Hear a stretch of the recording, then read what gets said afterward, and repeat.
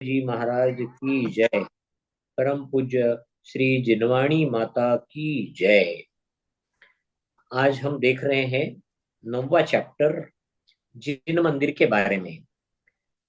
बच्चों को हमें अच्छी तरह से समझाना है कि जिन मंदिर का हमारे जीवन में क्या महत्व है और रोजाना मंदिर क्यों जाना चाहिए। ये हमें बच्चों से इंटरएक्शंस कर कर अच्छी तरह से उनको समझाना है। सबसे पहले कुछ प्रश्न भगवान भगवान जी के बारे में उनको पूछना है। बताया उन्होंने यहाँ पर कि पूछो उनसे, बच्चों को, क्या आपको मंदिर जाना अच्छा लगता है कि नहीं। सभी बच्चे हाँ बोलेंगे ऐसा नहीं समझना।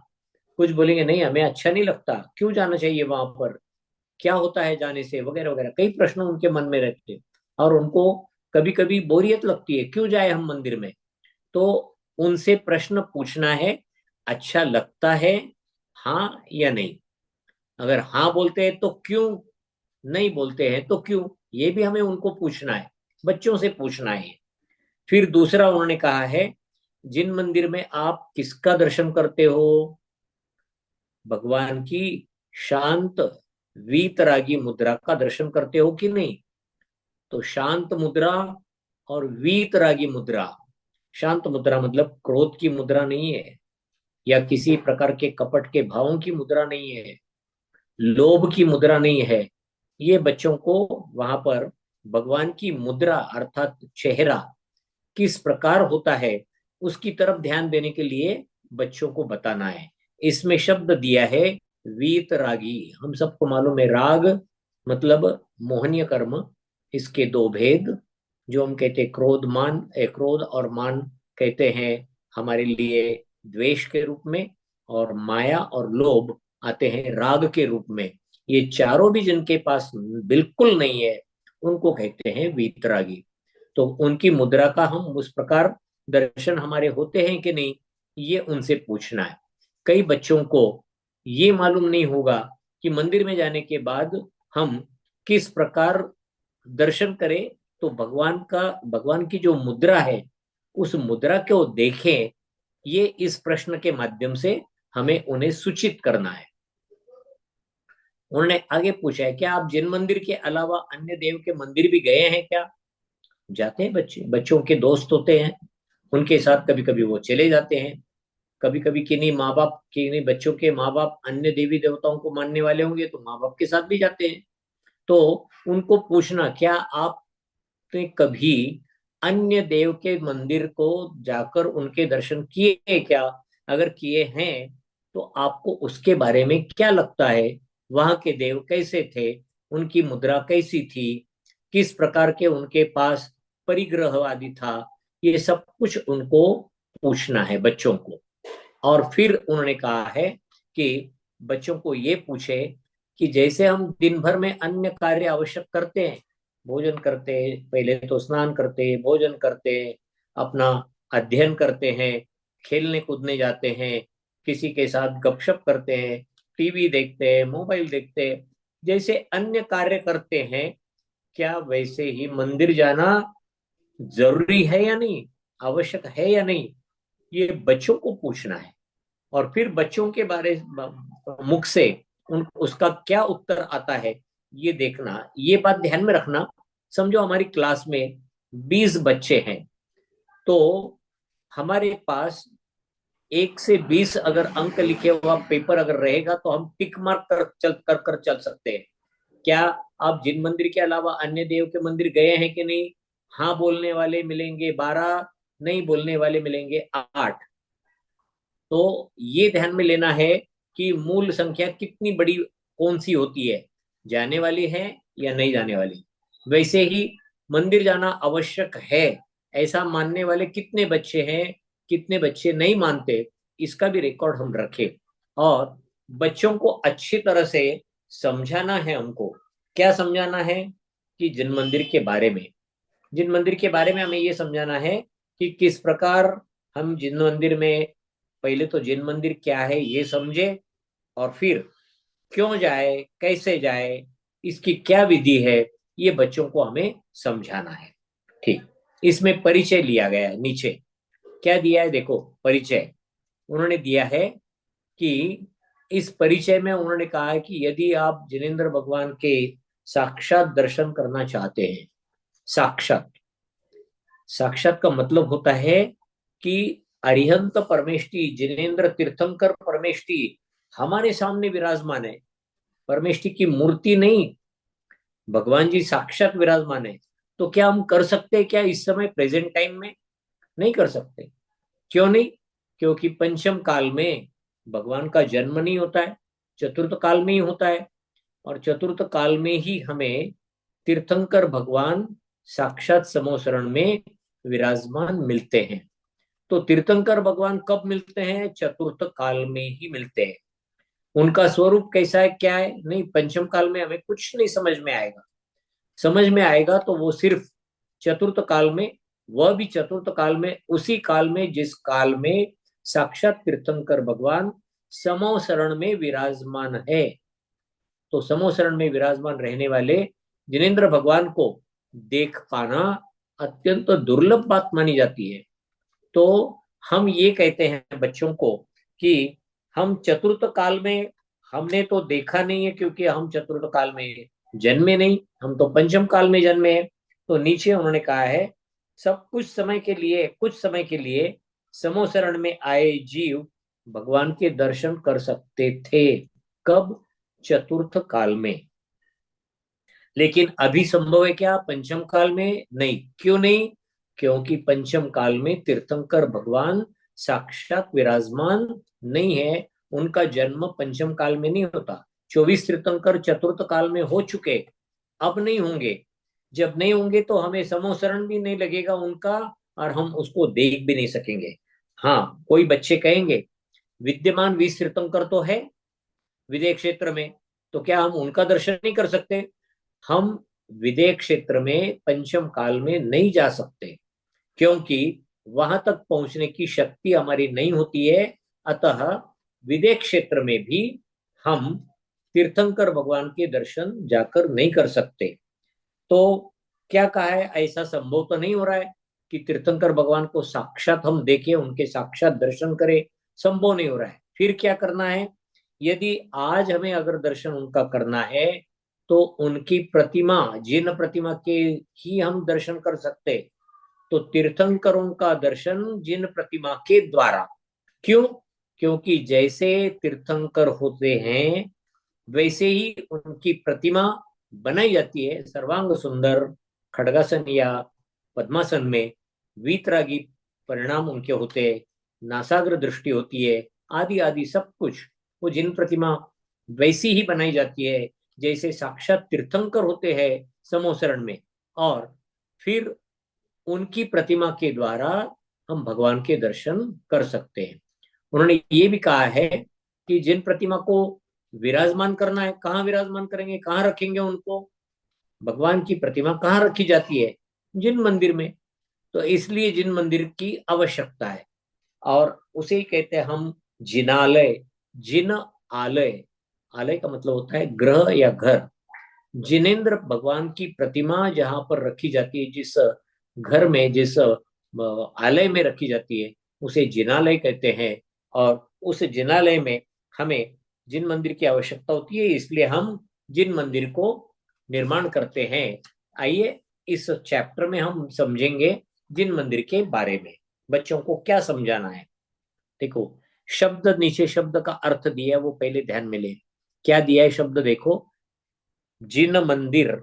जिन मंदिर का शाब्दिक अर्थ देखे, जिन अधिक मंदिर। जिन मतलब जिनेन्द्र देव। हमने देखा था शुरुआत में जैन किसे कहते हैं उस समय, कि जिन मतलब जिन्होंने इंद्रियों को जीत लिया है, उनको कहते हैं जिन भगवान। सिर्फ इंद्रियों को ही नहीं, उन्होंने अपने कषायों को जीत लिया है, उन्होंने अपने कर्म रूपी शत्रुओं को जीत लिया है, उनको कहते हैं जिन। तो जिन वो होते हैं जिनेन्द्र देव। और उनका जो आलय है, आलय अर्थात गृह, निवास स्थान, रहने का स्थान। तो रहने का स्थान उनका वास्तविकता में तो नहीं होता है, लेकिन यहाँ पर जिन प्रतिमा का जो निवास स्थान है, रहने का स्थान है, उसे कहते हैं मंदिर, देवालय। तो जिनेन्द्र भगवान की प्रतिमा जिस स्थान पर रखी हुई होती है उसे कहते हैं जिन मंदिर, देवालय, जिनालय। तो ये बच्चों को अच्छी तरह से समझाना। ये समझाते समय जिन शब्द का अर्थ दोबारा समझाना है। मंदिर अर्थात देवालय अर्थात निवास स्थान, तो उनका निवास स्थान तो क्या भगवान का निवास स्थान है क्या? नहीं, भगवान का कोई निवास स्थान नहीं होता है। हमने जो उनकी प्रतिमा बनाई है, वो प्रतिमा रखने का जो स्थान है उसे हम कहेंगे प्रतिमा का निवास स्थान। इसीलिए हम कहते हैं जिन मंदिर। ये बच्चों को अच्छी तरह से समझाना है। आगे उन्होंने दिया है जिन मंदिर क्यों जाना चाहिए। नीचे थोड़ा सा दिया है, उन्होंने बताया है कि हम प्रतिदिन भगवान के दर्शन अगर हमें करना है तो मंदिर में जाना पड़ेगा, क्योंकि उसके बिना भगवान के दर्शन नहीं होंगे। भगवान के दर्शन कैसे होते हैं, किस प्रकार दिखते हैं भगवान जी? अत्यंत शांत वीतरागी मुद्रा उनकी होती है, जिससे हम प्रेरित होकर कहते हैं, प्रार्थना भी करते हैं कि हे भगवान, हम आपके दर्शन को आए हैं। क्यों आए हैं? कुछ मिलाने के लिए, कुछ पाने के लिए नहीं। हम आए हैं वंदे तद्गुण लब्धे, तुम्हारे जैसे गुणों को प्राप्त करने के लिए, आपके जैसे बनने के लिए। हे भगवान, आप हमें ऐसा मार्गदर्शन करो कि हम भी आपके जैसे बन जाए। जैसे आप कैसे हो? आप वीतरागी हो, आप अत्यंत शांत हो, कोई कषाय आपके पास नहीं है, कोई कर्म आपके पास नहीं है। तो आप जैसे उन कषायों से मुक्त है, कर्मों से मुक्त है, उसी प्रकार जन्म मरण से भी आप मुक्त हो गए हैं। वैसे ही मुझे भी जन्म मरण से मुक्त होना है। मुझे भी कषाय नहीं चाहिए। मुझे भी किसी प्रकार के कर्मों से मेरी आत्मा बंधी हुई नहीं चाहिए। तभी मैं मुक्त हो जाऊंगा। तभी मैं अत्यंत अपने आप में जो अनंत सुख है, सच्चा सुख है, उसको मैं प्राप्त कर पाऊंगा। इसलिए मुझे आपके जैसे बनने के लिए मैं रोजाना आपके दर्शन करता हूँ। ये बच्चों को समझाना है। बच्चों को ये भी समझाना इस समय, क्या हम कुछ पाने के लिए जाते हैं क्या? नहीं। भगवान से कहने के लिए, भगवान मेरी परीक्षा है, जरा मुझे पास कर दो। नहीं। भगवान मुझे बीमारी हुई है, उसमें से मैं अच्छा हो जाऊं, ये मांगने के लिए नहीं। वो भी नहीं। हमारे घर में पैसों की कमी है, जरा पैसे हमें मिल जाए तो हम सुख से जीवन जी ले, ये मांगने के लिए नहीं। वो भी नहीं। तो क्या मांगने के लिए? मांगना नहीं है हमें। हमें अपने मन में एक उद्देश्य रखना है। क्या उद्देश्य रखना है? जैसे भगवान है वैसा मुझे बनना है। कैसा बनना है? हमने देखा, शांत, वीतरागी, जन्म मरण से मुक्त, सच्चे सुख को जिन्होंने प्राप्त कर लिया है, ऐसे वे हैं। मुझे भी उनके जैसा बनना है। नीचे उन्होंने प्रश्न बच्चों के माध्यम से बताया है। बच्चे पूछते हैं कि फिर हमें मंदिर जाने की आवश्यकता क्यों है? क्योंकि हम में से हर जीव मतलब यहाँ पर उनको ये समझाना है, दुनिया में जितने जीव है उन सब जीवों में, चाहे वो एक इंद्रिय हो, द्विंद्रिय हो, तीन इंद्रिय हो, चतुरिंद्रिय हो, पंचेंद्रिय हो, कोई भी जीव हो, चाहे वनस्पतियां हो, चींटी हो, चाहे कोई उड़ने वाला मच्छर हो, चाहे कोई तिर्यंश प्राणी हो, बिल्ली, कुत्ता, जो ये हो, या गाय, भैंस, बैल ये हो, भेड़िए या सिंह आदि हो, या मछली या पंछी आदि हो, या नारकी जीव हो या देव हो, कोई भी जीव, दुनिया में जितने जीव है उनमें से हर एक जीव में भगवान बनने की क्षमता है। हर जीव भगवान बन सकता है। ये विशेषता है जैन धर्म की, कि जैन धर्म बताता है कि हर जीव में भगवान बनने की क्षमता है। और ये क्षमता हम कब प्रकट कर सकते हैं? जब हमें पता चलेगा कि हमें वो क्षमता भी है, और जैसे भगवान ने कार्य किया है वैसा कार्य अगर हम करें तो हम भी भगवान बन सकते हैं। ये हमें जिन मंदिर में जाकर ही मालूम पड़ेगा। इसलिए हमको ये ध्यान में लेना है कि जिन मंदिर में भगवान का दर्शन करना है, ये बताने के लिए स्वयं को कि हम भी उनके जैसे बन सकते हैं, इसलिए मंदिर में जाना जरूरी है।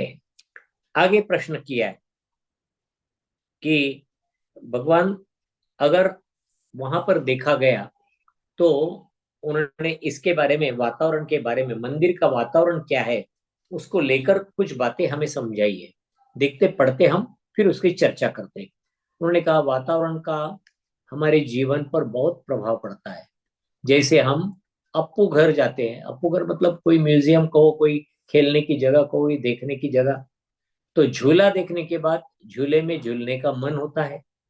हम साइंस म्यूजियम में जाते हैं, अलग अलग एक्सपेरिमेंट करते हैं, तो साइंस में जिज्ञासा बढ़ती है। ऐसे ही हम अगर हिस्टोरिकल प्लेस पर जाते हैं तो हिस्ट्री जानने का हमारा मन करता है। तो हम समझते हैं या समझ सकते हैं, जिस वातावरण में जाएंगे वो वातावरण हमें प्रभावित करता है, उसी को हम अपनाने की कोशिश भी करते हैं। इसी तरह जब हम मंदिर जाते हैं तो मंदिर जाने के बाद, भगवान के दर्शन करने के बाद हम उनके गुणों को जानते हैं, तो उनके जैसा बनने का हम भी प्रयास करने लगेंगे, करते हैं। और प्रतिदिन ऐसा करने से, अर्थात रोजाना जाकर मंदिर में दर्शन करने से, ये हमारे मन में भावना उभरती रहती है, मुझे भी भगवान जैसा बनना है, मुझे भी भगवान जैसा बनना है, मुझे भी वीतरागी बनना है, मुझे भी शांत रहना है, मुझे भी कषायों पर विजय प्राप्त करनी है, मुझे भी कर्मों पर विजय प्राप्त करनी है। ये सभी बातें हमारे मन में अंकित होते रहती है। और हम ऐसा अगर रोजाना करेंगे तो निश्चित एक दिन हम भी उनके जैसे भगवान जरूर बनेंगे। ये यहाँ पर बताया गया। अर्थात अगला बिंदु जो है ना, उसमें ये बताना है कि मंदिर में जाने के कारण क्या वातावरण हमारे मन पर परिणाम करता है मंदिर का, ये बताकर फिर आगे की बात हम लेते हैं। कि जाना है मंदिर में तो मंदिर में उठकर चले जाए कैसे भी नहीं, मंदिर में जाने की कोई विधि है। जो विधि है उस विधि को अच्छी तरह से जानना चाहिए। उन्होंने कहा है मंदिर में जाना है तो पहले स्नान कर कर ही फिर धोए हुए कपड़ों पहनकर मंदिर में जाना चाहिए। उन्होंने कहा है कि छने हुए जल से स्नान कर कर, पानी छानना चाहिए नहाने का, और फिर गर्म कर कर, गर्म करना है तो फिर गर्म कर कर, नहीं तो ठंडे पानी से आप स्नान करेंगे। फिर कपड़े जो आपको पहनना है वो धोती दुपट्टा पुरुषों के लिए, या साड़ी जैसे वस्त्र जो हम कहते हैं कि शुद्ध धुले हुए वस्त्र रहे, वो पहनकर ही हमें जाना चाहिए। इसके लिए हम दूसरा भी एक इस्तेमाल करते हैं शब्द, कि सोले के वस्त्र हमारे रहे। सोले का वस्त्र मतलब कहीं से भी किसी ने कोई छुआ नहीं हो, कहीं खराब नहीं हुआ हो, अच्छी तरह से धोकर सुखाया हुआ हो, वो सूख कर अच्छी तरह से तैयार हो गया हो, ऐसा धोती दुपट्टा पुरुषों के लिए, बालकों के लिए। और जो साड़ियां हैं या अच्छे वस्त्र है वो बालिकाओं के लिए।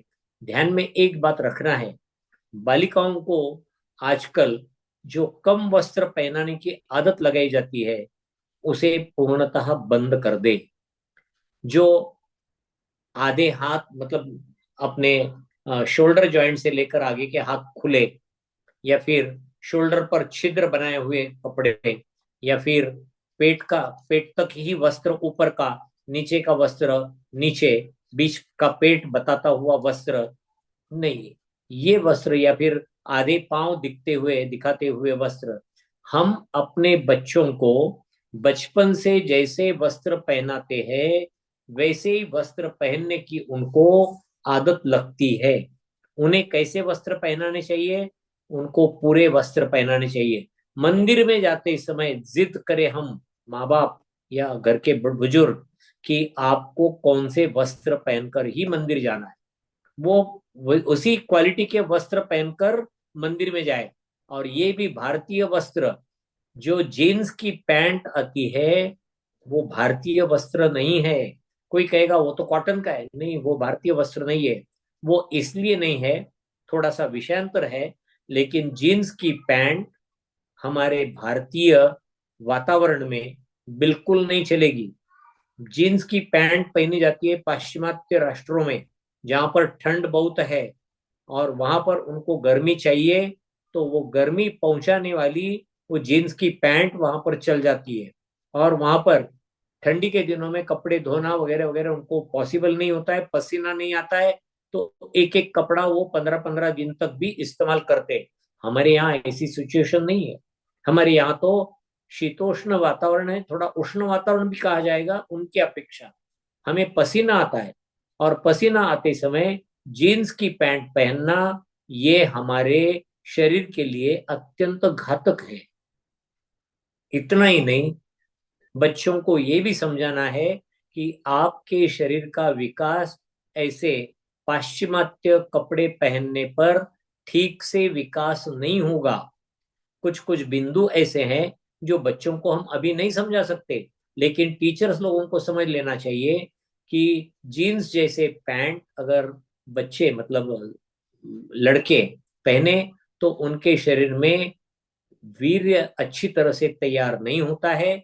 अगर बच्चियां पहन ले तो उनके शरीर में जो हम कहते हैं मेंस्ट्रुअल साइकिल आकर जो तैयार होना है बीजांड, वह अच्छा तैयार नहीं हो सकता, क्योंकि यह वस्त्र उसके लिए घातक है। तो ये बच्चों को अच्छी तरह से समझाना है। जीन्स पैंट पहनकर ना लड़का ना लड़की कभी भी मंदिर में नहीं जाए, ये पहली बात ध्यान में रखना। तो क्या पहनकर जाए? धोती दुपट्टा तो सबसे बढ़िया है। 8 साल का जैसे ही पहला बर्थडे बच्चे का हुआ तो क्या करना है, बच्चों को उसी दिन मंदिर में धोती दुपट्टा पहना कर लेकर जाना चाहिए, और फिर उनको वहां पर समझाना चाहिए कि देखो आज तुम्हारा ऐसा 8वां बर्थडे है कि आप आज से बड़े हो गए हो। आज से आप महाराज जी को आहार दान देना, भगवान का अभिषेक करना, इसके अधिकारी बन रहे हो। तो आप धोती दुपट्टा पहनो और चलो। उनको कैसे धोती बांधना ये समझाना चाहिए। आजकल धोती सिलाई हुई देते हैं। मेरा ये कहना है, सिलाई हुई धोती पहनाने की अपेक्षा बच्चों को धोती कैसे पहनना चाहिए ये सिखाइए, क्योंकि यह हमारी जो संस्कृति है। अब बच्चे धोती नहीं पहनते तो दिन ब दिन भूलते चले जा रहे हैं। बच्चों को धोती पहनना ही नहीं आता। कैसे पहनना बहुत आसान होता है। तो टीचर्स अगर बच्चों को धोती पहनना सिखाए, अगर टीचर्स लोगों को नहीं आता है तो जिनको आती है धोती पहनना उनको बुलवा कर उनके हाथ से बच्चों को धोती पहनवाना बहुत जरूरी है। जैसे लड़कियों को साड़ी पहनाना बहुत जरूरी है, उनको कैसे साड़ी पहननी है ये सिखाना चाहिए। तो बच्चों को मंदिर में जाते समय भारतीय वस्त्र धोती दुपट्टा या साड़ी ये पहनाकर मंदिर में भेजना चाहिए। उन्होंने दिया है रंग। रंग कौन सा हो वस्त्रों का? काले वस्त्र पहनकर कभी भी मंदिर में ना जाए। क्यों नहीं जाए?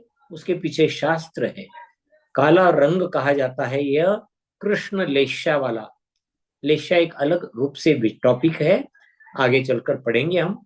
अभी ये ध्यान में लेना है, जैसा वस्त्र होता है वैसे प्रकार के अपने परिणाम भी बनते हैं।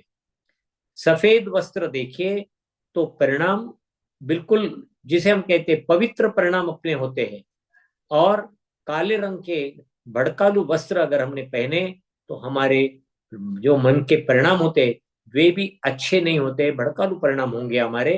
तो इनको कभी भी काले वस्त्र पहनकर मंदिर में नहीं जाना, ये अच्छी तरह से बच्चों को। अब काले वस्त्र पहनकर नहीं जाना तो बच्चे पूछेंगे क्यों नहीं जाना, तो आप उनको समझा सकते हो कि सफेद वस्त्र पहनने पर दिखने में अत्यंत पवित्र लगते हैं। वे वस्त्र सफेद रंग यह पवित्रता का रंग माना जाता है।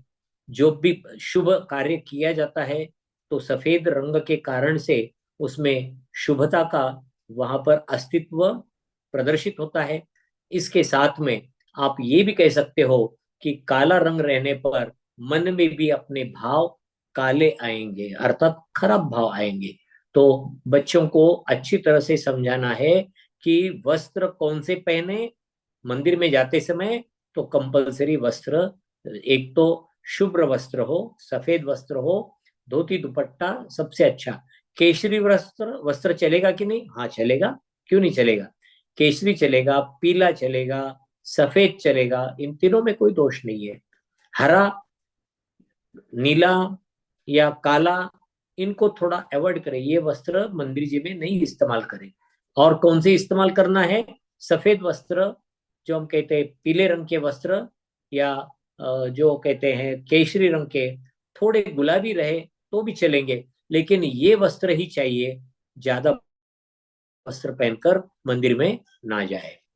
उन्होंने कहा मंदिर में जाते समय क्या करें? उत्तम ऐसे अष्ट द्रव्य लेकर जाना चाहिए मंदिर में। मंदिर में हमें अष्ट द्रव्य लेकर जाना चाहिए। अष्ट द्रव्य के लिए नीचे दिया है, क्या दिया है? जल, चंदन, अक्षत, पुष्प, चरु, दीप, धूप और फल। ये 8 प्रकार के हमारे, नहीं, इसके ऊपर हमें सबसे नीचे लेना है, इसी चैप्टर में नहीं, ऊपर थोड़ा थोड़ा ऊपर, इसके ऊपर। हाँ बस, करेक्ट करेक्ट। अष्टद्रव्य बताया है। जो हम 8 प्रकार की पूजा करते हैं ना, अलग अलग लेकर, जलम निरुपामित स्वा, चंदनम निरुपामित स्वा। तो ये जल चंदन तो हमें मंदिर में मिल जाता है दोनों भी, लेकिन अक्षता और पुष्प, मतलब चावल, अक्षता और पुष्प, चावल, नैवेद्य, अगर आपने नैवेद्य बना लिया तो ठीक, नहीं तो आप जो हम कहते हैं खोपरा, खोपरे के जो चरु बनाए जाते हैं वो चरु, उसी का दीप हम बनाते हैं। फिर धूप, धूप जो लेना है वो आप लौंग के रूप में ले सकते हो।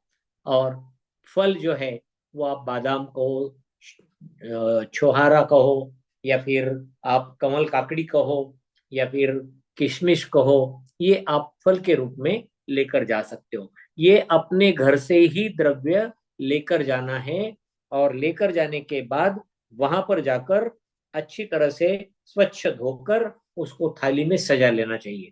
थाली में क्रमशः सजाना, थाली कैसे लगाना ये भी एक बच्चों को समझाना चाहिए, कि थाली में शुरुआत करना है जल चंदन, ये तो बाहर आएगा, अपने जल का एक गड़ू, चंदन का एक गड़ू, ये दोनों डालने के लिए खाली गड़ू, 3 गड़ू वहां पर आएंगे, यानी कलश 3 आएंगे।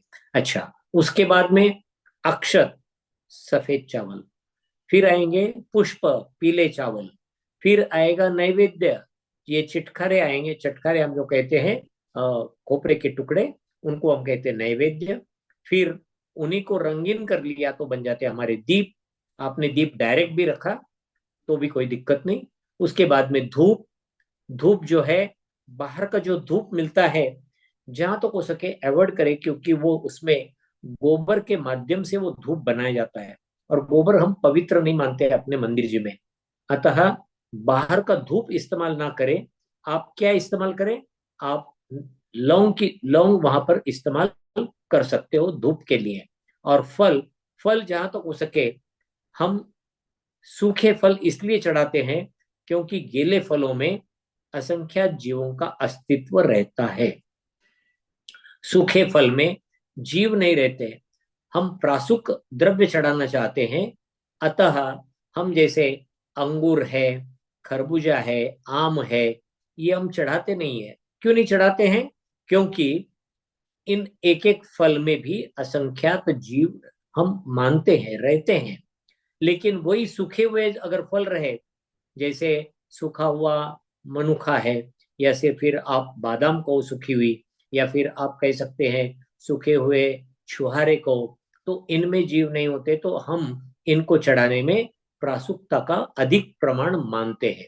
तो इनको हम अच्छी तरह से घर से लेकर जाना चाहिए, और बच्चों को बताना कि किस प्रकार अपनी डब्बी तैयार करे, उनको डब्बी तैयार करे, डब्बी में 2 डब्बियां और दे दे। एक में आप रख सकते हो लौंग, दूसरे में रख सकते हो चिटखरे या चरु, और ये वहां पर जाकर आप अलग अलग धोकर अच्छी तरह से थाल सजाकर अपने लिए तैयार कर सकते हो। द्रव्य धोकर ही चढ़ाना चाहिए, द्रव्य डायरेक्ट नहीं चढ़ाना, क्योंकि बाहर से आते समय चूहे वगैरह उसमें, कभी दुकान में जो रहते हैं, शॉप में चूहे खेलते रहते हैं, हो सकता है वो वहां पर गंदगी करे, कुछ करे, तो हम अपने ये द्रव्यों को धोकर ही अच्छी तरह से इस्तेमाल करें। फिर आगे उन्होंने दिया है कि जैसे ही मंदिर में प्रवेश करना है, तो मंदिर में प्रवेश करते समय अपने मन में एक बात को ठान ले। क्या ठानना है? ऊपर ऊपर का पॉइंट, ऊपर का बिंदु, कि मैं जैसे जब तक मंदिर में हूं तब तक बुरे ख्याल, बुरे भाव मन में नहीं लाऊंगा, अर्थात कषाय नहीं करूंगा। 4 प्रकार के आहार का मैं त्याग करता हूं मंदिर में जब तक हूं तब तक। 4 प्रकार का आहार मतलब खाद्य, स्वाद्य, लेह्य और पेय। ये 4 प्रकार के आगे बताएंगे वो। और उसके साथ में और भी ये कहना है कि मेरे पास जितना परिग्रह है, आपके जेब में पैसे हो, आपके जेब में मोबाइल हो, आपके जेब में और कोई रुमाल आदि हो, तो जो भी आपके पास है वो परिग्रह, ध्यान में ये भी रखना है, मोबाइल की बात आई, मोबाइल मोबाइल को कंपलसरी साइलेंट मोड पर डालकर ही मंदिर में प्रवेश करें। क्योंकि अपनी मोबाइल की उस समय अगर आवाज आई तो अन्य लोगों का ध्यान हम भटकाते हैं, उनके ध्यान की एकाग्रता को भंग करने का दोष हमें लगता है, तो कर्मों का बंध, हम वहां पर घोर कर्मों का बंध करते हैं। तो मोबाइल को जब भी हम मंदिर में जाए तो उसको ऑफ कर कर या साइलेंट मोड पर डालकर ही हमें पहुंचना है। लेकिन बाकी के परिग्रह का, जो मेरा घर पर परिग्रह है, उस परिग्रह का मैं मंदिर से बाहर आने तक मैं त्याग करता हूं। ये अपने लिए वहां पर उस प्रकार का हमें अपना ध्यान रखना है। इसके बाद में उन्होंने कहा है कि प्रश्न बच्चों का है कि भाई मंदिर में क्यों नहीं काले वस्त्र पहनकर जाना। हमने अभी चर्चा की थी ऊपर ऊपर, और काले वस्त्र पहनकर क्यों नहीं जाना, तो उन्होंने कहा वेशभूषा का हमारे विचारों पर प्रभाव पड़ता है, ये देखा गया है। एक मिनट, हाँ पंडित साहेब, हा मी आहे, पण एक अजून अर्ध्या तासाने तुम्हाला भेटेन ना दवाखान्यात, चालेल ना? हाँ प्लीज प्लीज, अर्ध्या तासाने या, ओके। तो मंदिर जी में जो वस्त्र होते हैं, वस्त्रों का हम, वैसे तो वस्त्रों का हमेशा प्रभाव पड़ता है, मंदिर जी में ही नहीं, जहां कहीं भी हम वस्त्र किस प्रकार के पहनते हैं, वही प्रभाव हमारे ऊपर पड़ेगा। जैसे ऊंचे स्वर्ग के देवों के वस्त्र भी सफेद होते हैं, जो कहते हैं ब्रह्मोत्तर के जो लौकांतिक देव थे उनके तो हमेशा वस्त्र सफेद ही होते हैं।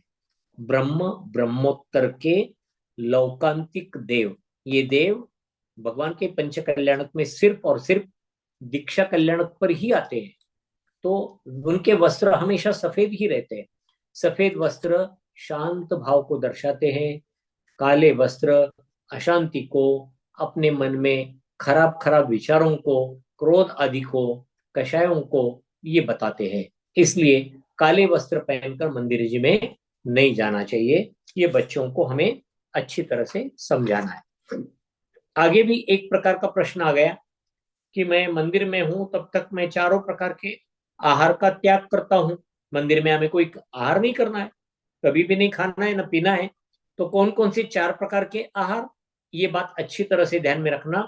ये 4 प्रकार के आहार का त्याग उपोषण के तरह, उपस में भी कहा जाता है, अनशन में, कि मैं इतने इतने काल तक 4 प्रकार के आहार का त्याग करूंगा। क्या है 4 प्रकार के आहार?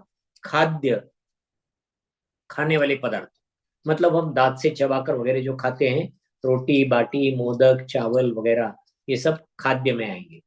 स्वाद्य, स्वाद्य मतलब स्वाद के लिए, जो हम भोजन होने के पश्चात खाते हैं, इलायची सौंफ लौंग आदि, ये जो होते हैं, ये स्वाद्य। लेह्य मतलब चाट कर खाने वाले पदार्थ, जैसे हमारे थाली में श्रीखंड परोसा गया, तो श्रीखंड हम लेते हैं, चम्मच में भी ली तो चम्मच को चाट कर हम खाते हैं, तो चाटने वाले जितने पदार्थ है, रबड़ी, कुल्फी, आम का रस आदि, ये सब ये चाटने वाले पदार्थ है। तो खीर वगैरह, बासुंदी वगैरह, ये सब इसी में आएंगे, लेह्य पदार्थ में। और पेय पदार्थ जिसे हम पीते हैं, पीने वाले पदार्थों को पेय पदार्थ कहते हैं। दूध, पानी, शरबत, ठंडाई, छाछ, ये सब किस में आएंगे? पेय में आएंगे। कॉफी चाय भी आती है पेय में, लेकिन उसका जिक्र यहाँ नहीं किया जाएगा, क्योंकि कॉफी और चाय ये हमारे लिए पीना उचित नहीं है, जैनिज्म के हिसाब से ठीक नहीं है।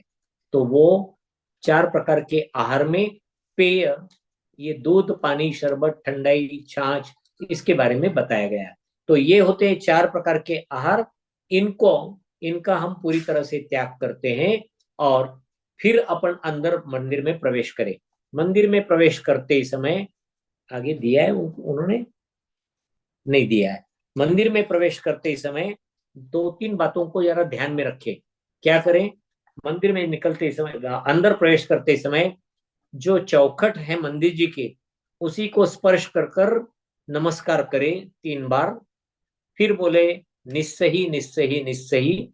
निस्सही का अर्थ होता है मेरे मन में जितने भी खराब परिणाम है उनको मैं यहाँ पर छोड़ता हूँ, छोड़ देता हूँ। या फिर कोई अगर दर्शन कर रहे हैं तो उनको भी मालूम पड़े कि हम भी दर्शन करने के लिए आए हैं। निस्सही निस्सही निस्सही। फिर उसके बाद हम अपने मन में उसी समय ये मन में नियम ले लें कि मैं जब तक मंदिर में हूं तब तक चारों प्रकार के आहार का त्याग करता हूं। मैं किसी प्रकार के कषायों को मंदिर जी में नहीं करूंगा। और तीसरी बात, जितना मेरे पास परिग्रह है उतना छोड़कर बाकी परिग्रह का मंदिर में रहने तक मैं उनको छोड़ता हूं, त्याग करता हूं। ये 3 बातें हमेशा ध्यान में।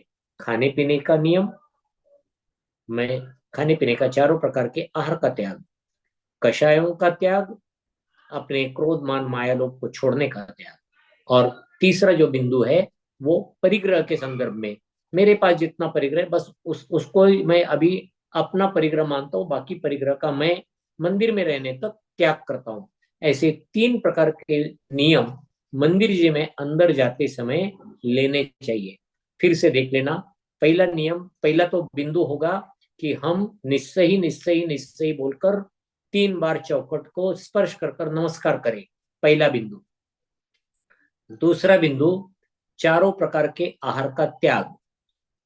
तीसरा बिंदु, मेरे पास जितना परिग्रह उतना परिग्रह छोड़कर बाकी परिग्रह का त्याग।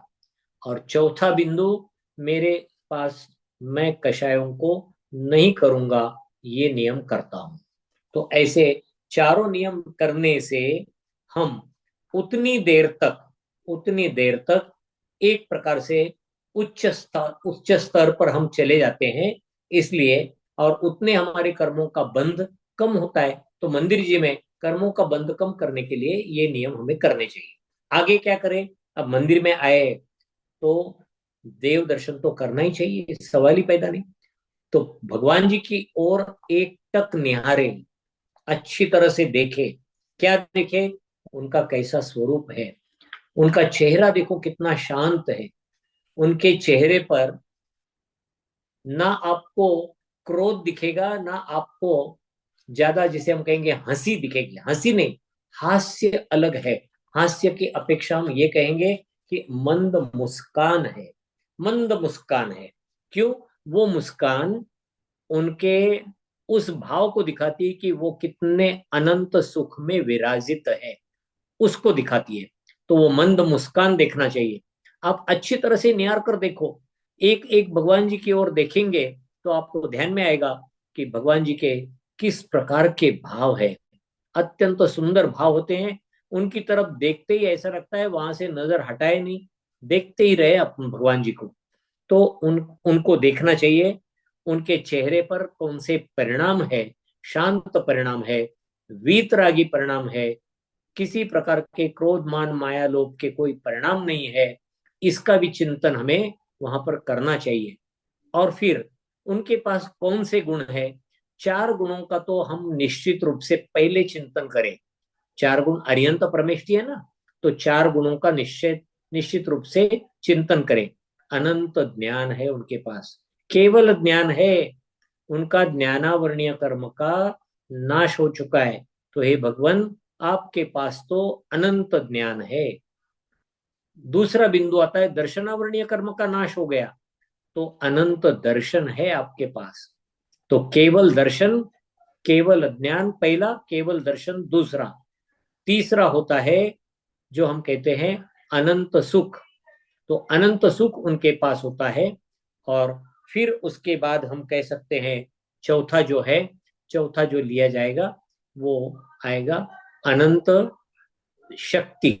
तो उनका अनंत ये आएगा, उनके किस प्रकार का वहां पर उनके गुण है। तो गुण उनके रहेंगे चार। इन चारों गुणों का, और इसके साथ में और कई गुण है, लेकिन मुख्य रूप से ये चार गुणों का हम चिंतन जरूर करें। और उसके साथ में जैसे ही ये भी मन में लाए कि आप इसी के कारण भगवान कहलाते हो। आप कैसे बने हो? आपने चार घातिया कर्मों का नाश किया, तब जाकर आप अरिहंत बने। और बचे हुए चार अघातीय कर्मों का नाश किया, तो आप अरियंत से सिद्ध बने।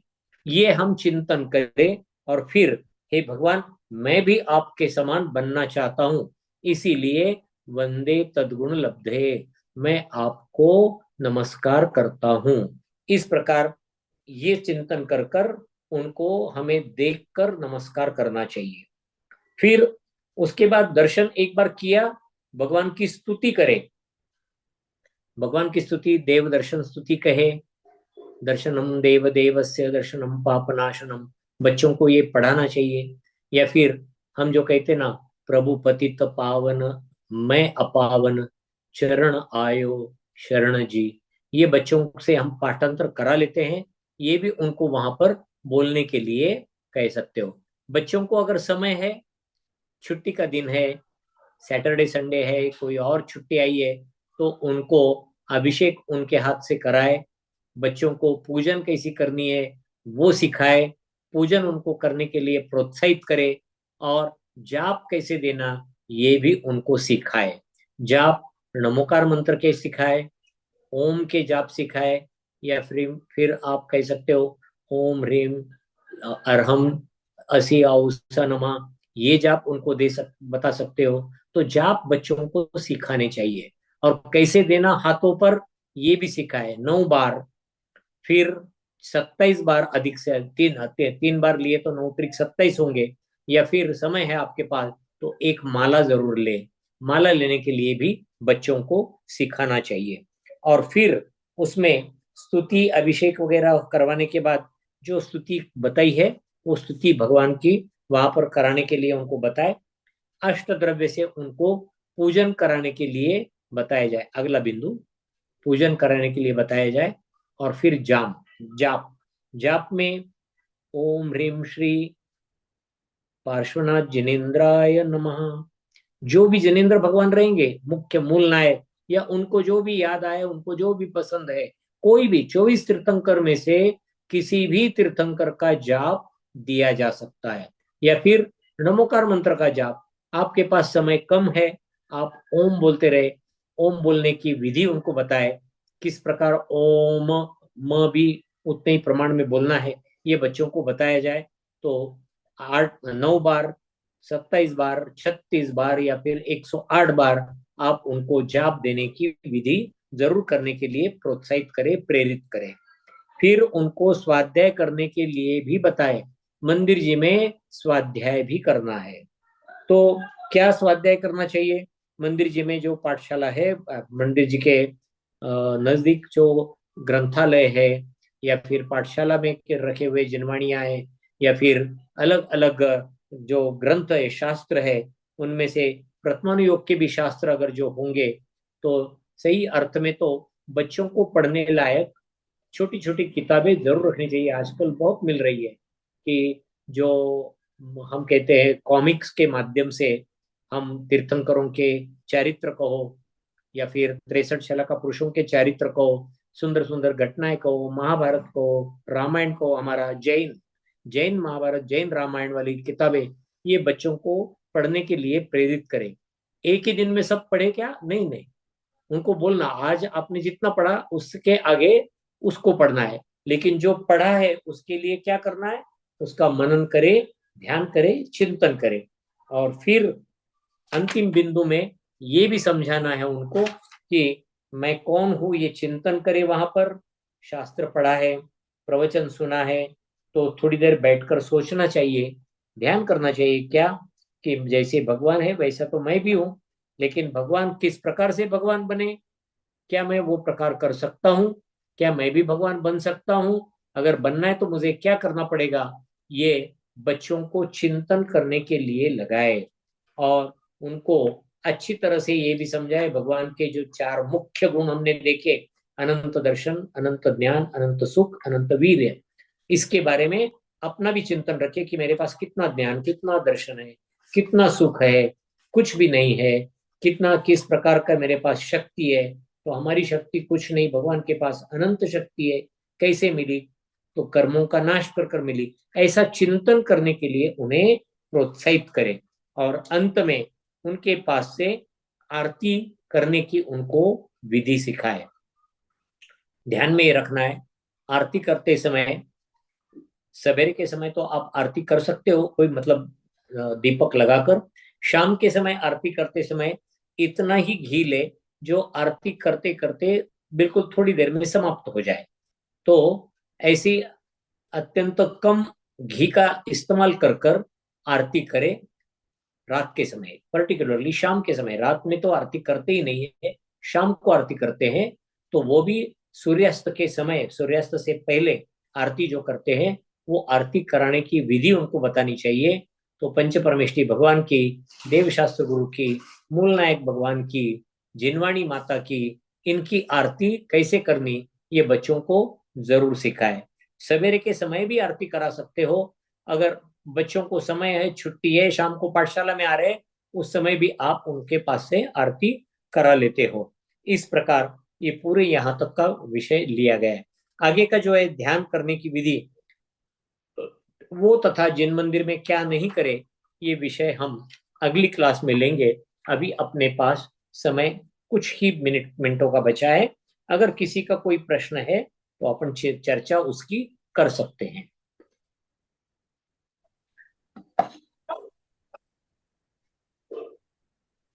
हाँ। अ, पंडित जी, जी। जैसे आपने कहा कि आरती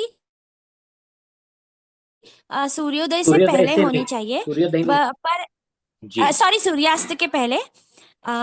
लेकिन जो मंदिर वगैरह में जैसे अपन 10 लक्षण पर्व और ये सारी चीजें रहती है, उसमें तो जैसे हमारे मंदिर में स्पेशली आरती रात को 8:30 बजे, 9 बजे ऐसे होती है। तो उसमें जैसे हम आरती करते हैं तो उसमें जैसे पाप हमको भी लगता है शाम रात के समय आरती करने के लिए। तो इसको कैसे रोक सकते हैं, क्योंकि देखो, हम। देखो, एक बात ध्यान में ये रखना है, अधिकतर कर कर आरती के लिए लोग इकट्ठा होते दशलक्षण पर्व में।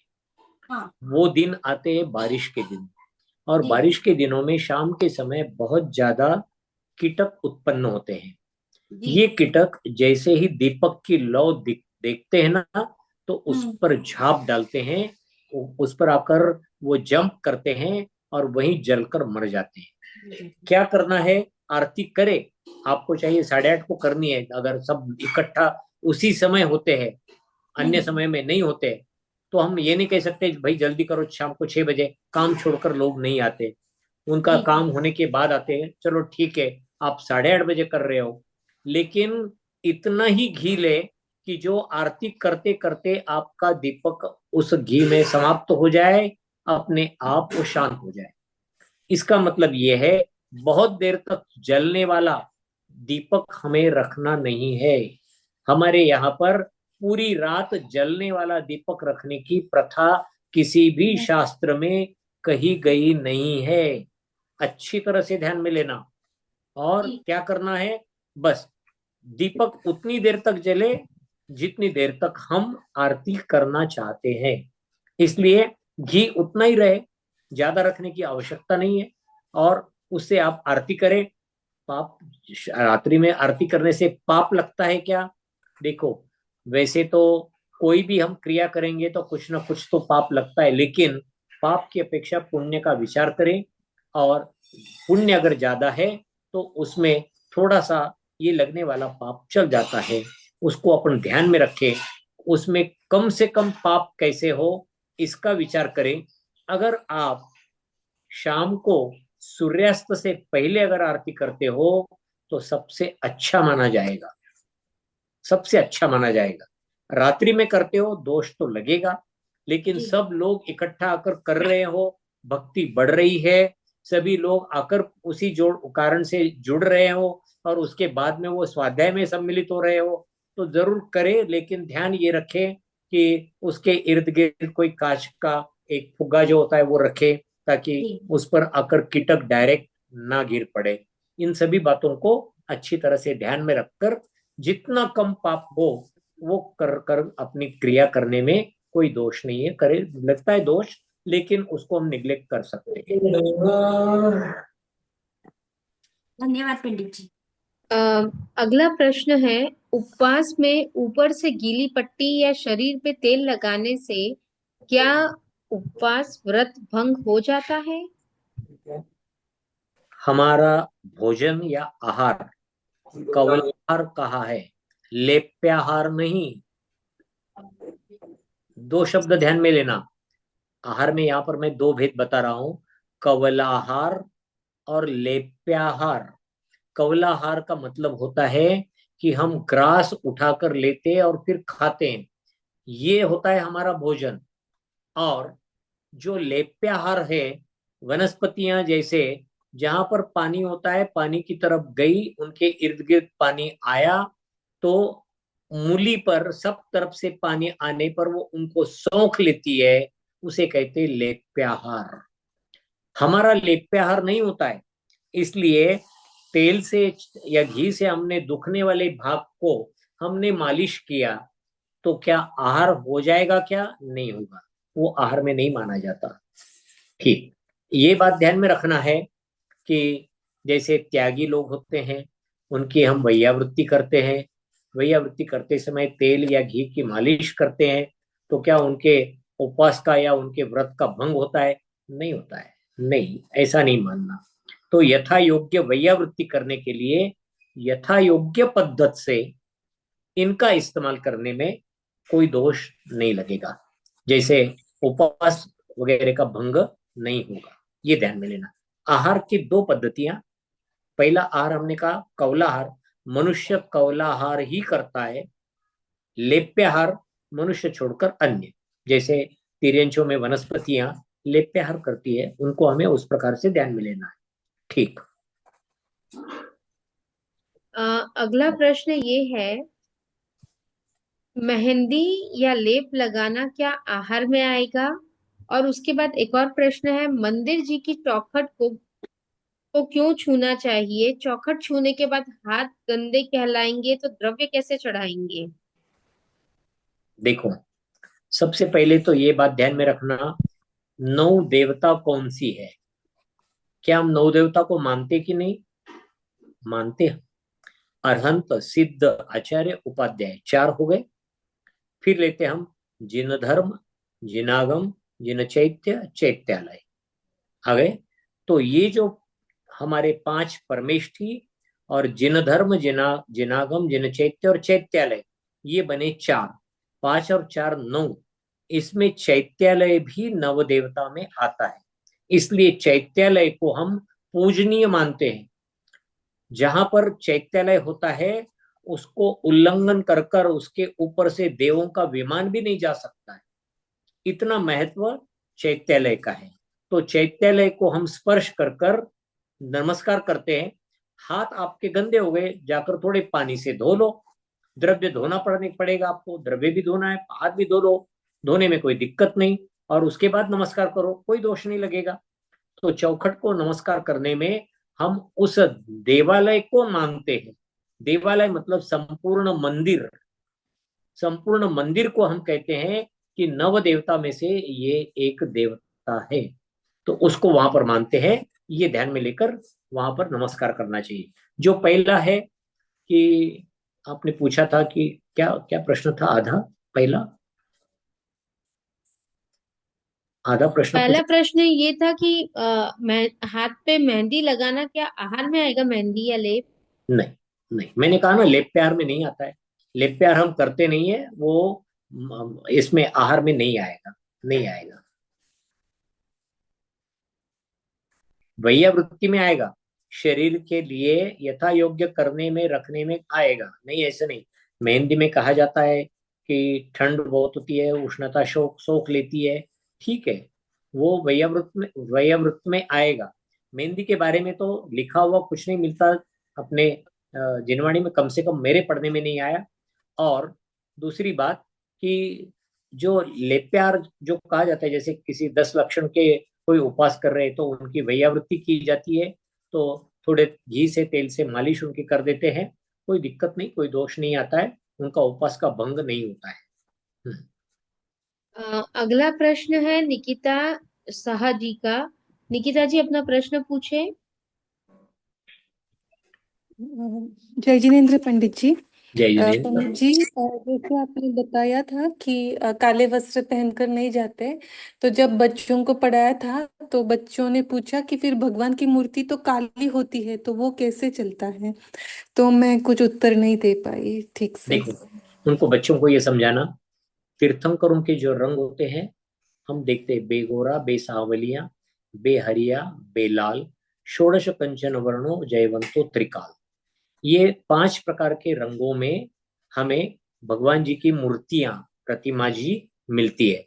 उसमें से काले रंग की भी मिलती है, हाँ मिलती है, कोई दिक्कत नहीं। लेकिन भगवान का जो काला रंग होता है, वो काला रंग अत्यंत अद्भुत और दैदीप्यमान होता है। उस काले रंग का हमारे ऊपर कभी भी परिणाम खराब नहीं होगा। काले रंग की प्रतिमाएं जी भी हमारे ऊपर वितरागता की छाप छोड़ती हैं, इसलिए वो हमारे लिए खराब परिणाम मन में नहीं लाएगी। अगर आप वितरागी बनते हो और काले वस्त्र पहनते हो तो कोई दिक्कत नहीं, लेकिन ऐसा कभी नहीं होगा मनुष्य के बारे में कि वो वितरागी बने और काले वस्त्र पहने, नहीं होगा, कभी नहीं होगा। इसलिए हमारे लिए नियम है, हम अपनी तुलना भगवान के शरीर के साथ, अपने वस्त्रों की तुलना, दोनों की तुलना यहाँ कौन सी हो रही है? हमारे काले वस्त्र और भगवान के शरीर का काला रंग या प्रतिमा जी का काला रंग, इनकी तुलना कर रहे, दोनों की तुलना बराबरी में नहीं होगी। भगवान का जो काला रंग होता है, वो भले ही काला रहा तो भी इतना दैदीप्यमान और सुंदर रंग होता है वो काला, कि उस काल में रहने वाले लोग भी उनकी तरफ आकृष्ट होते रहते हैं, कितने सुंदर है ये भगवान जी। उस समय भगवान जी नहीं कहेंगे, उस समय कहेंगे यह तीर्थंकर राजा कितना सुंदर है। काले रंग के हैं, बेगोरा बेकालिया बेसावलिया, 2 सावले हैं, मुनीश्वरनाथ और तीर्थ पार्श्वनाथ, ये दोनों भी सावले हैं। लेकिन इनके शरीर का जो रंग था, अत्यंत, जिसे हम कहेंगे चमकीले वाला काला रंग था, और वो इतना आकर्षित करने वाला रंग था कि जिसके कारण से किसी के मन में कुभाव नहीं आएंगे, किसी के मन में क्रोध आदि कषाय उत्पन्न नहीं होगी। इसलिए उनके प्रतिमा जी को रंग काला रहने पर भी प्रतिमा जी को पवित्र माना गया है, क्योंकि चेहरे पर जो शांत मुद्रा, कषाय रहित भाव, वीतरागी भाव है, और उनमें जो हम कहते हैं ना प्राण प्रतिष्ठा करते हैं, उस समय केवल दर्शन, केवल ज्ञान, अनंत सुख, अनंत वीर्य, ऐसे गुणों की भी जो स्थापना की जाती है, उसके साथ वे होते हैं। इसलिए उनके काले रंग की हमारे काले वस्त्रों से तुलना नहीं करे। धन्यवाद पंडित जी। जी।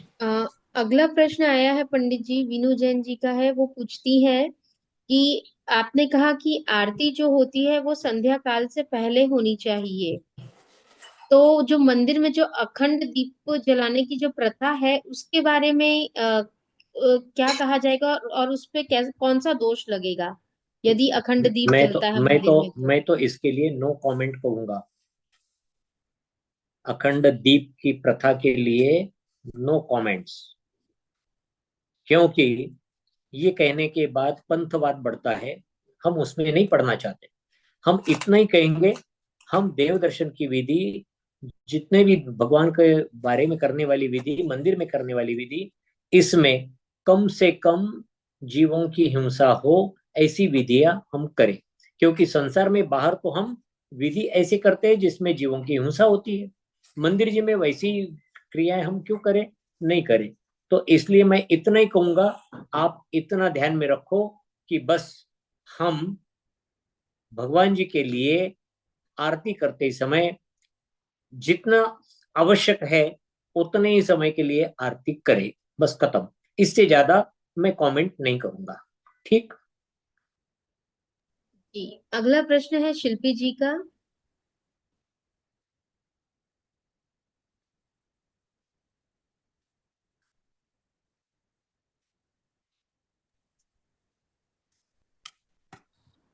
शिल्पी जी अपना प्रश्न पूछे। जय जिनेन्द्र पंडित जी। मैं जय शिल्पी जिनेन्द्र जैन शालीमार गार्डन से। जी। पंडित जी ये बात पूछनी थी, भगवान तीर्थंकरों का हमारे जो वर्ण का वर्णन आता है वो एक किस मिनट, एक मिनट, प्रकार हो। एक मिनट। आप थोड़ा धीरे धीरे बोले क्योंकि मुझे सुनाई कम देता है, और थोड़े जोर से बोले। हाँ।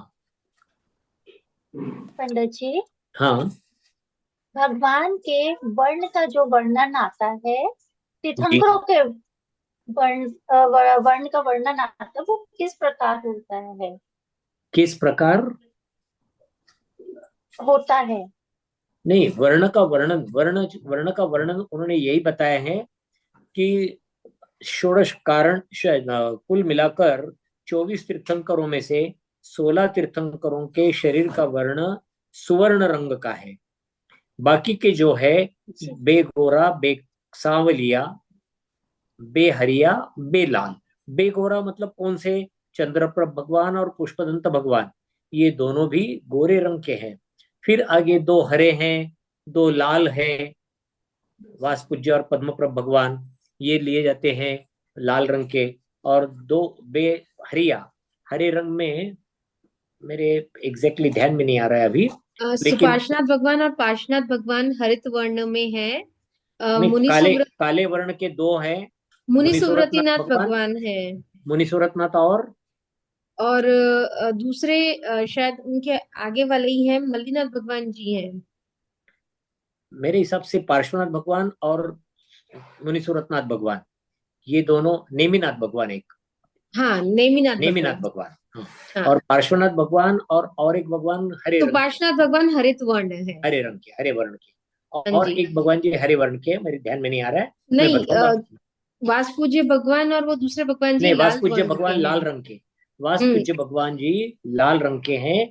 पद्मप्रभ भगवान जी लाल रंग के हैं। हाँ सुपार्श्व और पार्श्व दोनों हरे। हाँ, हाँ, वही सुपार्श्वनाथ वही हरित। पार्श्वनाथ, करेक्ट, बिल्कुल करेक्ट, बिल्कुल करेक्ट। सुपार्श्वनाथ और पार्श्वनाथ दोनों हरे रंग के। अब देखो, ये जो वर्ण है, ये उनके शरीर का वर्ण है।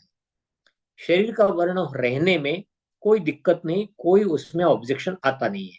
शरीर है, नाम कर्म है, उसमें क्या बड़ी बात है। लेकिन उनका शरीर किसी भी रंग का रहने दो, वह अद्वितीय रहता है। हम कहते हैं ना, पूरे विश्व में ऐसे इतने ही परमाणु होते हैं, बत्तामण में पढ़ते हैं हम, इतने ही परमाणु होते हैं जिनसे उनका शरीर बनता है। कहा जाता है सबसे सुंदर शरीर दो शलाका पुरुषों का, तीर्थंकर और कामदेव, दोनों में सबसे श्रेष्ठ किसका शरीर? तीर्थंकर भगवान का। क्योंकि कामदेव का शरीर देखने पर जीवों के मन में वहां पर वासनाएं आदि उत्पन्न हो सकती है, लेकिन तीर्थंकर भगवान को देखने के बाद किसी के मन में वासनाएं उत्पन्न नहीं होती। इसलिए उनका शरीर सर्वोत्कृष्ट माना जाता है। और ये भी माना गया है कि उनके शरीर का रंग कौन सा भी रहा, तो शरीर उनका अद्भुत और अत्यंत अनुपम सौंदर्य वाला होता है। इसलिए रंग से कोई फर्क नहीं पड़ता, चाहे काले रंग के रहो, चाहे हरे रंग के रहो, चाहे वे लाल रंग के रहो, चाहे सफेद रंग के रहो, या फिर पूरी तरह से सुवर्ण रंग के रहो, कोई दिक्कत नहीं, कोई अंतर नहीं आता है। ठीक। पंडित जी, फिर जो प्रतिमाएं होती हैं मंदिर जी में, तो उनका जरूरी नहीं होता कि वो उसी वर्ण में या उसी रंग में बने। नहीं, ऐसा नियम नहीं है। प्रतिमाएं अलग अलग रंग में मिल जाती है आपको। पार्श्वनाथ भगवान की काले रंग की प्रतिमाएं कई जगह पर आपको मिलेगी, सफेद रंग में हाँ मिलेगी, जी। उसका संबंध नहीं, उसका कोई संबंध नहीं, वहां पर वर्ण का ध्यान ना ले। हाँ, लेकिन कुछ मंदिर ऐसे बने हुए हैं जहां पर उनका जो ओरिजिनल वर्ण है, उसी वर्ण की उनकी प्रतिमा रखी हुई है। ऐसे कई मंदिर आपको मिलेंगे, उसमें वो देख सकते हैं आप कि उनके उस वर्ण की प्रतिमा वहां पर है कर। आजकल छोटे छोटे जी कच्चे पन्ने की, कच्चे प्रेशियस स्टोन की मूर्तियां, 24 मूर्तियां ये इसी प्रकार से बनाई जाती है, अलग अलग वर्ण की। आपको कई मंदिरों में वो मूर्तियां मिल जाएगी। खैर, जी अ, पंडित जी, ठीक है। धन्यवाद। हाँ, और कोई है पंडित जी प्रश्न? समय है कि आखिरी प्रश्न ले? एक, हाँ, आखिरी प्रश्न ले सकते हो, ले लीजिएगा। किंजल जी आप अपना आखिरी प्रश्न पूछें। जय जिनेन्द्र अभय अंकल। जी। दो क्वेश्चन थे, तो आप जो भी अगर एक भी सवाल दे पाए तो कोई बात नहीं, नेक्स्ट में दूसरा मैं बाद में पूछ लूंगी। एक कि आपने 2 क्लास पहले एक समूर्छित वर्ड यूज किया था, कौन सा? मुझे वो समूर्छित, समूर्छन, हाँ। हाँ, तो ठीक। मुझे उसका मीनिंग नहीं पता, अगर वो कृपया बता दें। जी। और दूसरा कि प्रतिक्रमण के मीनिंग जो भी उसमें जो सामयिक लेते हैं, बृहद प्रतिक्रमण लेते हैं, तो बच्चों को मीनिंग चाहिए कि क्योंकि मेरे पास कोई भी ऐसी बुक नहीं है कि जिसमें मीनिंग लिखा हो कि हर एक एक मिनट, श्लोक का एक मिनट, मीनिंग क्या एक है। मिनट, हाँ, मुझे आपका ये दूसरा प्रश्न ठीक से समझ में नहीं आया, क्षमा चाहता हूँ, रिपीट करें। अच्छा, सेकंड क्वेश्चन ये है कि जो प्रतिक्रमण हम लोग करते हैं पर्युषण में, तो जी। बच्चे प्रतिक्रमण के श्लोक सीख रहे हैं, तो जी। उसके मीनिंग कहाँ से उपलब्ध हो सकते हैं? क्या उपलब्ध हो सकता मीनिंग। है? मीनिंग, प्रतिक्रमण उसका का मीनिंग, मीनिंग, अच्छा, उसका अर्थ। अर्थ। हाँ हाँ नहीं, हाँ। आप लोग समझ ले उसका अर्थ। कभी आप प्रतिक्रमण का टॉपिक अगर सामने रखेंगे, सबको बताएंगे, तो उसका अर्थ अपन चर्चा करेंगे। उसका मीनिंग मिल रहने वाला कोई मेरे देखने में नहीं आया, होना चाहिए। लेकिन प्रतिक्रमण करना जरूरी है, बच्चों को सिखाए भी। और उसका अर्थ सिखाते समय आपको कोई शब्द अगर अड़ते होंगे तो आप अगले समय उसको निकाल कर लाए, अपन जरूर उसकी चर्चा करेंगे। नहीं, क्योंकि कोई भी श्लोक के अर्थ नहीं दिए हैं। नहीं दिए? को- नहीं, कोई भी श्लोक के अर्थ नहीं है, वो कंटिन्यूअस सब श्लोक ही है। नहीं, फिर अपन वो उसको अलग से क्लास लेकर उसको अपन पूरी तरह से समझेंगे।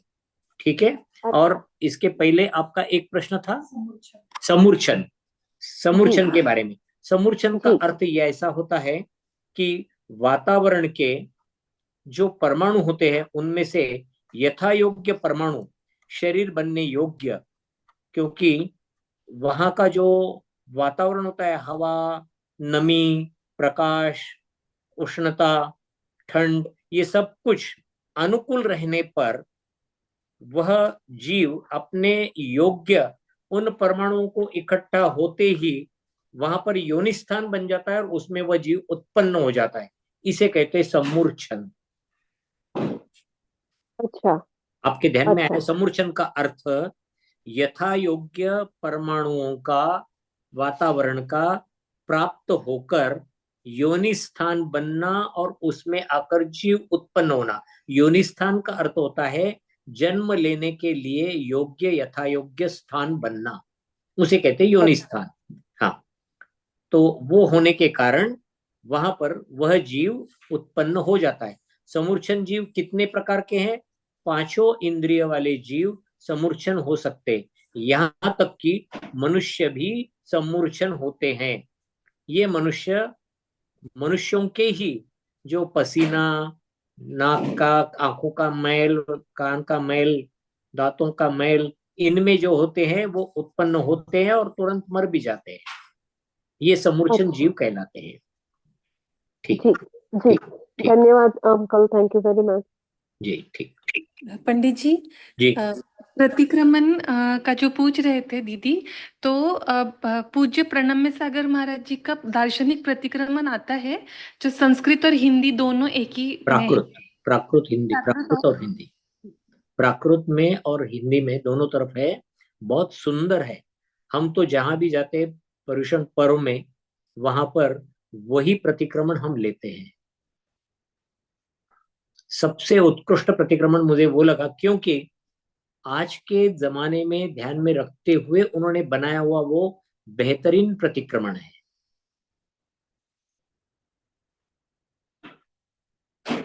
हेलो।